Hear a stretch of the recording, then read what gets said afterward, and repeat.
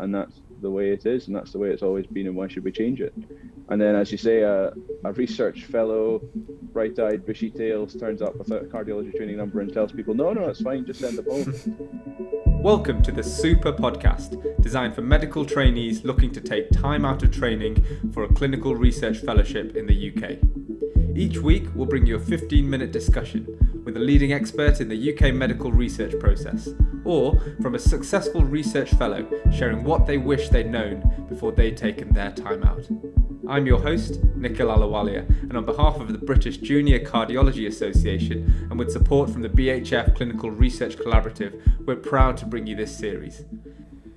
So today I'm pleased to be joined by Dr Andrew Chapman, who's a specialty registrar and clinical lecturer in cardiology at the University of Edinburgh. Andrew undertook his PhD in cardiovascular science with a focus on the use of cardiac biomarkers for the assessment and diagnosis of patients with myocardial injury and infarction. His work has resulted in a number of high-impact, practice-changing papers in journals such as Circulation, as well as going on to win the AHA Young Investigator Award in 2017. So we're pleased to be joined by Andrew today. Welcome. Good afternoon. Thanks for the invitation. What I wanted to do to start with is ask you to share with the listeners a little bit about your background leading up to the time when you came to do your PhD research, so what you'd been doing before then. Sure. So I've trained in Scotland really since medical school. I studied at the University of Aberdeen and undertook foundation years in Raigmore Hospital and then in Aberdeen, and then moved to Edinburgh for core medical training. And during that time, I really enjoyed my exposure to cardiology and to emergency medicine, actually, right from the start of foundation training. And in core medical training, I started to work a bit closer with the cardiology department here in Edinburgh and became involved in a couple of research projects with, at that time, Dr Nick Mills, who had an interest in cardiac troponin, as well as a number of other senior registrars working with him at the time. And it was really that involvement at the start of my CT1 year that led to a continued attachment to the research group, and the opportunity to undertake a dedicated period of research came up at that time. So it allowed me to have a chance to think about whether I wanted to commit to that research, but also, really importantly, to think about how I might apply for funding and what the funding opportunities would be to do a dedicated PhD as a pre-ST3 trainee with an interest in cardiology. So really that's how I came to the point of doing a PhD at the time I did. Had you done any research prior to that? I had done some research. I'd done an undergraduate BSc in haematology, which by all accounts was modestly successful. Some things went well, some things did not go well. And although I enjoyed the theory of research, I must be honest, I didn't really enjoy my actual research dissertation, which I did. And then laterally, I had done some clinical practice research in the emergency department, looking at how we assess patients with chest pain. I did that in my 5th year and FY1 year. And subsequently, I became involved in a couple of case reports during foundation years.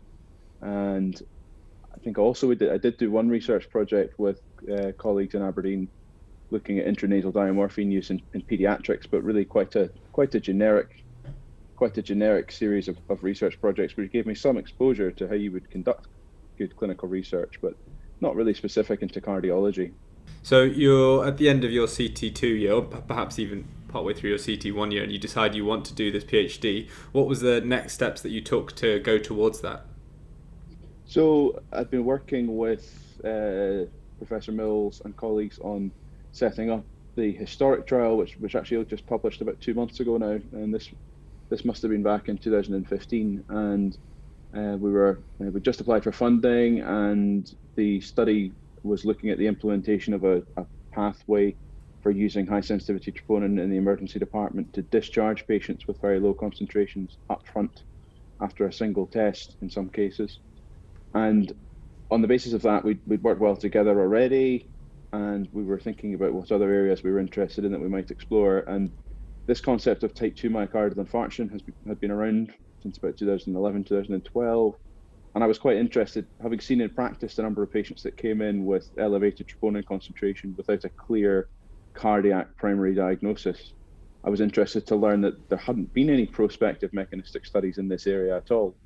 So we sat down on a number of occasions and fleshed out what would eventually be my BHF Clinical Research Training Fellowship application, which is essentially a framework which gives you funding for up to 3 years, or possibly an extension now, but certainly in my case, 3 years of research funding, so salary support, in addition to funding for clinical studies to support a PhD program. Generally, you're looking at something in the region of 250 to 300,000 pounds, which is a significant investment on the part of the BHF. So to do this, you really have to have a very clear hypothesis and a very deliverable series of studies. And in my case, it was the demand MI study, which we designed and applied for funding for. So was it Dr. Mills or was it yourself who initially said, hey, I think you will need to do a PhD to see this through, or where did the idea of that come from? Yeah, so I knew I wanted to do research at some point. So I suppose coming down to Edinburgh and working in the cardiology department, I saw that certainly the majority of the registrars that train in Edinburgh under the supervision of Professor Newby or Professor Mills will do a dedicated period of research, and the majority will do a PhD. So, certainly when I came here as a CT2 and I thought I wanted to try and stay in cardiology in Scotland, I felt this was a really good opportunity. So it certainly came from me, the want and the desire to do a PhD. There was no pressure from either Professor Mills or Professor Newby for me to do so. And compared to a lot of the other fellows who we've spoken to who took time out of training partway through their cardiology training number, you obviously took it out at a much earlier stage. Can I ask, did you feel that there were particular challenges associated with that? Did you feel ready at that time? So certainly I felt that the opportunity that was there for the research project was a very good one. I had already experienced working with the team, working with the data, and I was more confident therefore that I would be able to deliver a study with that research group and a PhD with that research group. So certainly that was a strength, but there were a number of things which I suppose caused me a bit of anxiety at the time. So primarily I was embarking on 3 years of no clinical work, and that's all I had really known since I finished medical school. I was potentially setting myself up to do a PhD in cardiovascular science without a cardiology training number. And everybody in that position will always tell you, you'll be fine, you'll get your number in due course. But it's not always that simple when it's you that doesn't have the training number. So certainly that can cause some anxiety, and I'd be lying if I said it didn't. Yeah. So they were the main considerations. Obviously, once you are able to secure funding for your PhD, it's slightly different because all of a sudden you have a 3-year contract and 3 years of funding in the one position, in the one place, which is, as a medical trainee, that was quite a unique experience. 3 years of potentially no night shifts, no weekends, no on calls unless I chose to do them. So it's a very different job plan. Yeah. So let's touch on that idea of the funding, because I think even with a couple of years of cardiology under your belt, putting together a proposal and submitting it to a funder is difficult. How did you find that process with the level of clinical knowledge you had at that time? So I was really fortunate to have excellent supervision from Prof Mills and Prof Newby, who really guided me through the process. And I think for anyone who's considering doing a PhD, you absolutely must get yourself a mentor who is willing to work hard for you in the same way that you are for them, and certainly they both did for me. So developing the proposal, I remember starting out by writing a review article, or preparing to write a review article under supervision, and that was eventually published in Heart, but it led to a number of kind of doors opening for me because it was well thought out. We really covered the area of type 2 myocardial infarction and myocardial injury, which at that time was a hot topic, and it still is in many ways. And I think when it came to writing my BHF funding proposal, having that knowledge was invaluable. And also in terms of understanding the literature, understanding the gaps and where our study might fit in. Starting off with a review, I would say, is a really, really good idea and a sensible thing to do before or during the time you're writing this kind of grant proposal. Yeah. So it does sound like you had really helpful and supportive supervisors on board. I wanted to explore how the other peers and cardiologists you encountered looked upon you, or the advice that they gave you when you were saying that you were leading or doing this work. Did you encounter any sort of resistance or off feelings from anyone? From the point of view of being a junior trainee. Yeah, yeah. Yeah. So I think as long as you're making it clear that you're working under supervision and working with the support of other senior cardiologists around you, then no, I think generally people were quite supportive. I would say there were a couple of occasions where obviously what we were proposing in our chest pain pathway study was felt to be out there by some people. We had a system where patients were admitted for a peak troponin test, and that's the way it is, and that's the way it's always been, and why should we change it? And then, as you say, a research fellow, bright-eyed, bushy tails, turns up without a cardiology training number and tells people, no, it's fine, just send them home. So yeah, certainly there were a couple of conversations I can remember with probably more senior people, which did lead to some interactions between my supervisors and others. But to deliver a clinical trial like that, you're always working as a team, I would say. And although I was doing a lot of the groundwork, I was very well supported by seniors who were involved in the study, who would be happy to come along and do presentations as well as required, or speak to whoever else was required. And I would say the demand MI study, which I've not really talked about yet, so that's the study looking at the underlying mechanisms in type 2 myocardial infarction. So it was a prospective cohort study where we had patients who underwent either invasive or CT coronary angiography and a cardiac MRI scan. And those that underwent an invasive coronary angiogram actually had OCT and FFR. Now you can imagine, and I can now see in hindsight, looking back, being a clinical research fellow, walking along to the cath lab and saying, "Oh, hello, patient so and so has had a type 2 MI. I've actually recruited them to this study, and they've read their patient information leaflet. I was wondering if you wouldn't mind doing, 3-vessel OCT and some FFR. Yeah. Would that be okay?" Obviously, it wasn't quite like that, and the cath lab sessions where the patients were allocated, the clinicians were on board with the study. But certainly now, knowing what I do now, it's a major undertaking for someone to do such invasive coronary investigations on patients who are sometimes frail or have renal impairment, for example. And so certainly that is something which I've reflected on as becoming a more senior trainee now, an interest in intervention. Throughout your PhD, you gained a huge amount of domain expertise, and now coming back into clinical training as a ST3, you awarded a number in clinical training. What did that feel like, I guess, with such a huge amount of knowledge at that stage of your clinical training? I think intimidating is probably the honest answer. So I had done some medical registrar work during my 3 years of PhD, but there's nothing like turning up as a medical registrar on call first day of ST3 to a new hospital where you hadn't worked before, and to do general medicine, which you hadn't really done for a few years. So yeah.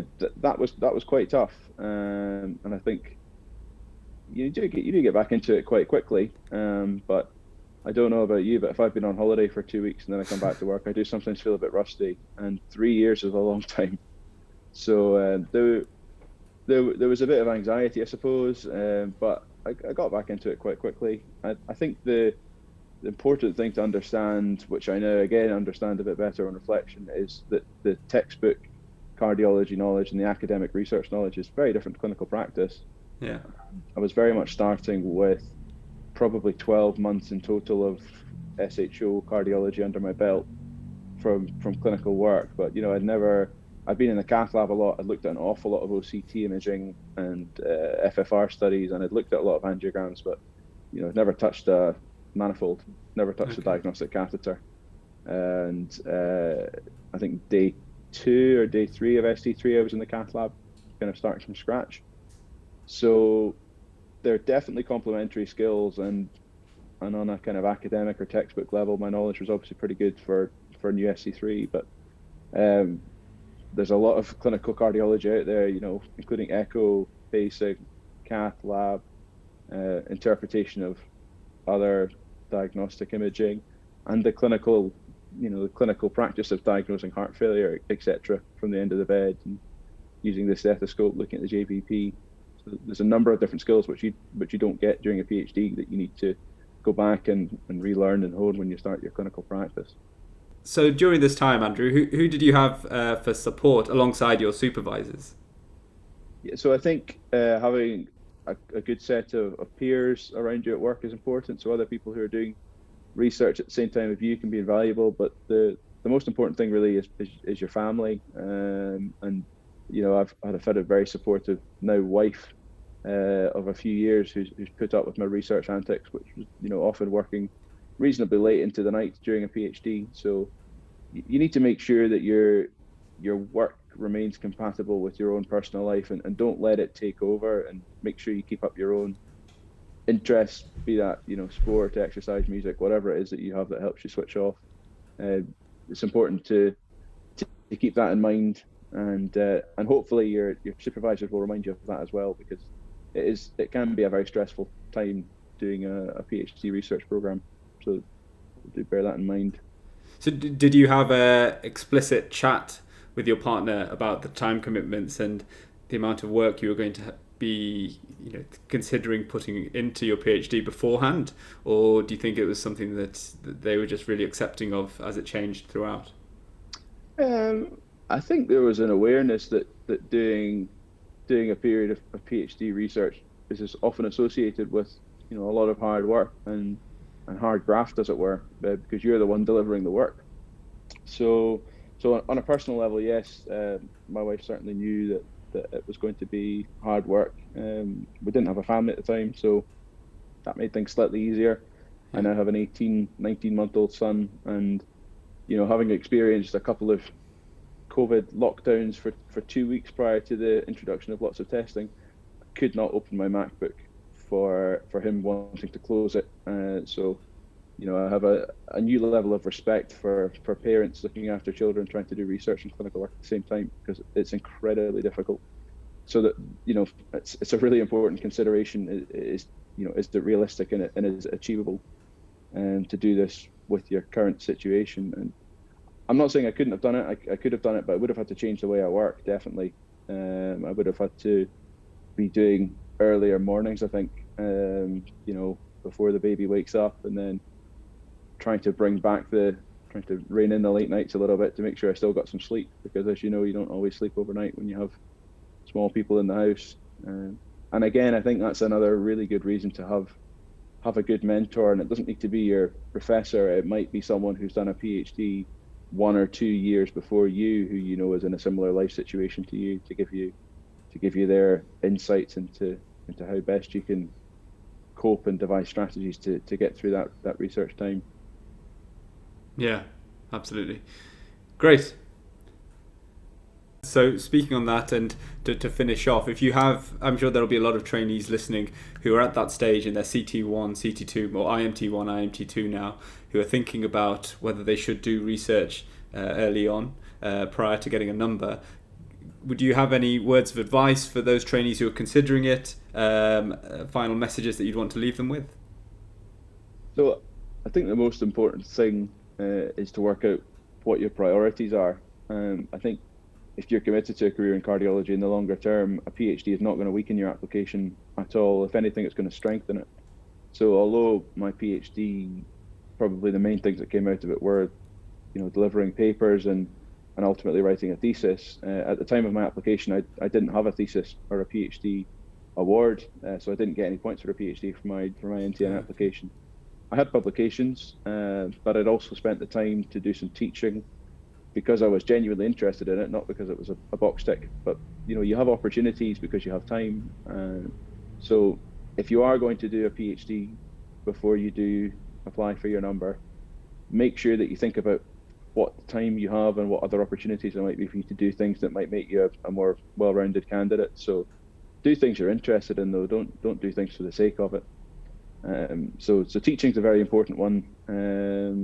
Delivering SSC, or student selected projects, as we call them in Edinburgh. They're kind of medical student supervision research projects. they can be invaluable for you to develop your skills as a supervisor, but also to deliver some teaching and some extra research.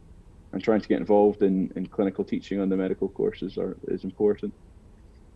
I think ultimately the decision about when you do a PhD has to be a personal one, and you need to be able to live with the slight uncertainty about where the jobs and where the national training numbers are going to be when you finish your PhD. And I can't not mention the changes in the curriculum which are happening at the moment. As you know, I'm on the BJCA council, and we're trying to forge a way for future trainees to get through their new curriculum for internal medicine, which will then lead to a new cardiology curriculum, possibly an ST8 year. And so there are going to be implications for people in the future in terms of potentially length of training, but also the training structure and the involvement with general medicine as well. So I think I'd have a really good understanding of what that future curriculum is going to look like. And there are FAQ documents kind of available, and BJC are producing information about how that future curriculum might look. But you're committing yourself to 3 years of research, but you're then committing yourself to that future cardiology training number period, and ultimately most likely a fellowship year as well once you CCT. So it is a very long road, and you need to know that that's what you want to do, I would say, before you set foot on that path. Yeah, great. And we'll put the links to those FAQs and information about training in the show notes. But Andrew, thanks so much again for taking the time to talk to me today. Have a nice day. No problem. Thanks very much. Next time on the podcast. It's one of the really cool things about doing research. I mean, you don't get this opportunity in clinical practice, right? You rarely get just this sort of playground to explore your own ideas. I'm pleased to be joined today by Dr. Jafar Khan, who is currently a staff clinician at the National Heart, Lung and Blood Institute in Washington. He's an interventional fellow at the MedStar Washington Hospital Center, and prior to all of this, he was a cardiology registrar here in London, working at St Thomas's Hospital, doing his research initially at King's College London. He went on to complete his PhD on novel transcatheter electrosurgical laceration of the heart leaflets to prevent blood flow obstruction from transcatheter heart valve implantation, which we'll hear a bit more about. He was awarded the BSIS Young Investigator Award in 2018, and has recently also been awarded the KCL Thesis Prize for his PhD work.